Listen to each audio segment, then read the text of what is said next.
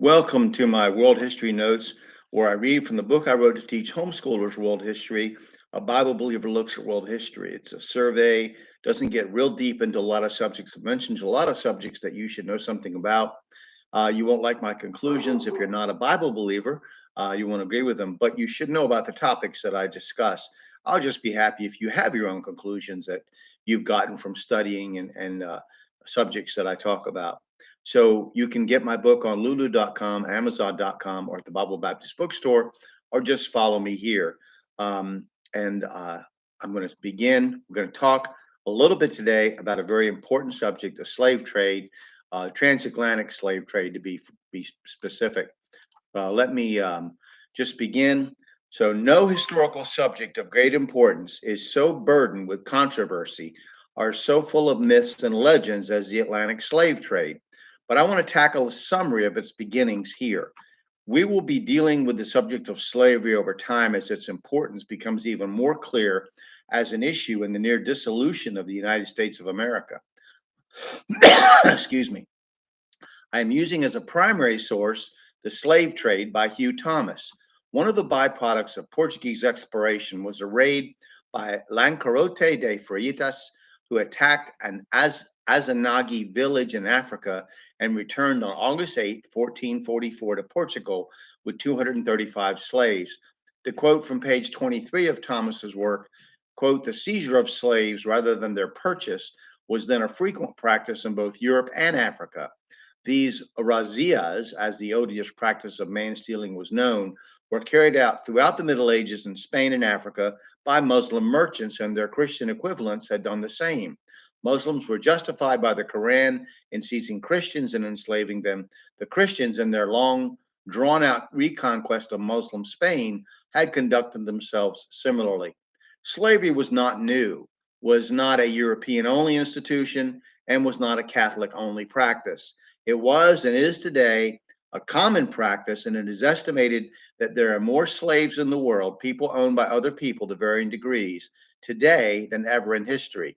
Aristotle, the Greek philosopher, had said that mankind was divided into two groups, the masters and the slaves. The Catholic Church consented in the kidnapping of people for slavery in spite of clear scriptural statements condemning such actions, as 1 Timothy 1:10 and in Revelation 18:13. The wicked city of Babylon at the end is accused of dealing in slaves and the souls of men. Portugal secured approval from successive popes for most of their further southward raids to secure black slaves. First, in 1442, Pope Eugenius IV issued the bull Ilias Qui, approving Prince Henry's expeditions to secure African slaves. The Pope granted Prince Henry exclusive rights over his African conquest. Then in the 1450s, as Pope Nicholas IV and Calixtus III gave an even warmer approval in three more papal bills, whatever their intentions, the results of their actions were the approval of, as in the papal bull Dum Diversis, the Portuguese subduing Saracen pagans and other unbelievers alike, and even to reduce them to perpetual slavery. As the Muslims themselves, Muslim conquerors will kidnap nearly 1 million white Europeans and take them to Africa and the Middle East. The excuse of how it will be a blessing to convert these people to Catholicism did not change the wretched state of slavery. Some popes did express disgust at the slave trade, but their outcry was rare. Perhaps from a political point of view, the popes were doing what they thought was best in the struggle against Islam.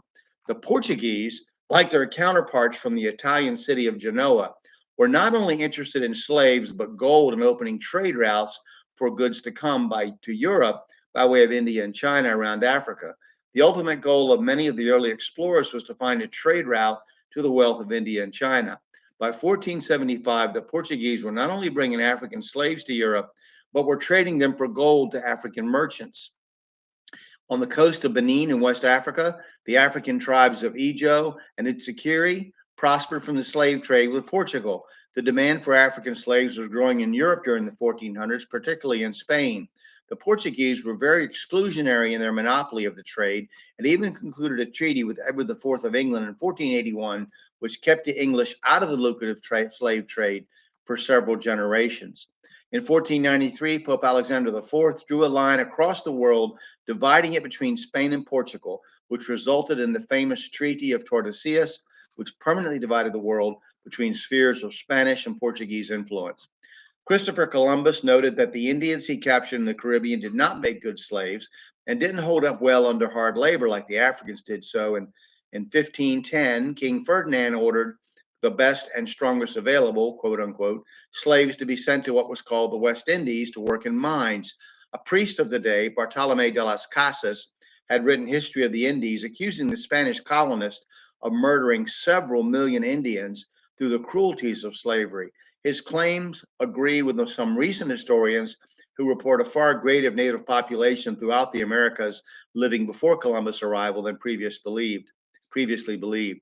Throughout the 1500s to 16th century, Spain and Portugal continued to be slave countries, providing Europe and the New World of the Americas with black African and white Arabic Muslim slaves, just as African potentates and Muslim leaders used white European and black African slaves. Eventually, the balance was tilted so far in favor of black slaves that African slavery became the norm. As former American slave Booker T. Washington would later note in his book, Up from Slavery, which I recommend you should read, the Portuguese found out that slavery made the masters idle and lazy and degraded the society in general.